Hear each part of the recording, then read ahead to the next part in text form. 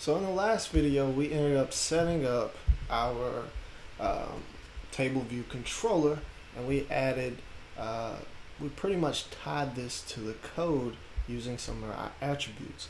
So if I go in and take a look at this,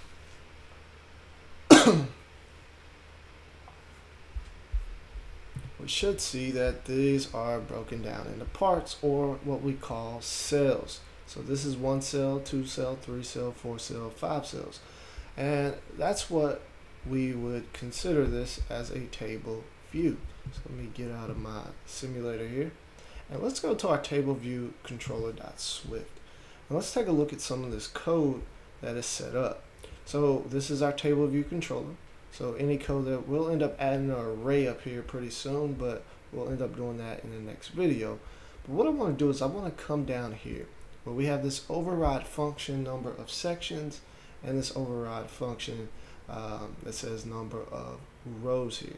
So let's say I change this return value. Right now the return is 0. So that means I'm getting 0 rows. Let's say I change this to 100. What that means is what I was talking about, 1 row, 2 row, 3 row, that's what that is talking about. So it's going to end up returning 100 of those rows. Now for the sections up here, usually this number is 1. And the reason is, if I put this number to 2, it would essentially repeat this return of 100 rows.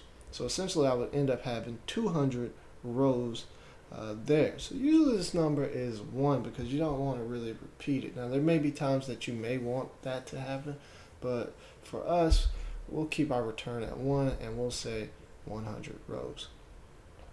The next thing that I want to take a look at is I want to take a look at this override function for the table view cell for row at. Now what I need to do is uncomment this out, and we can just delete the top comment and delete the bottom comment.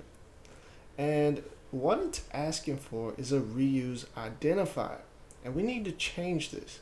If you remember, in our main.storyboard over here, let me click this yellow button. If you remember, we named that identifier cell, and that's what this is.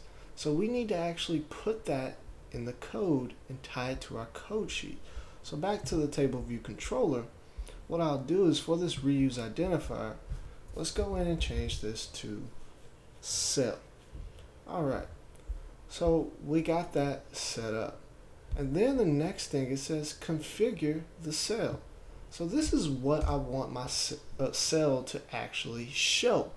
So the first thing we'll do is we're going to write cell, because the cell is what we're actually trying to trigger. And what are we trying to add to the cell? Well, a text label would make sense.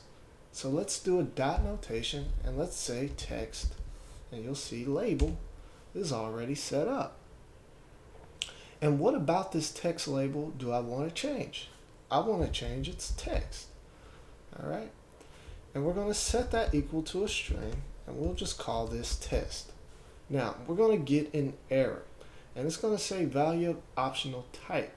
So literally what this is saying is, this could also be an optional, so you need to add a little bit more code to this. So essentially test wouldn't necessarily have to be there, but I would have to let my text label know that this could be optional.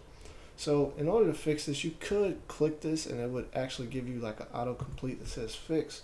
But I'll just show you a quick way.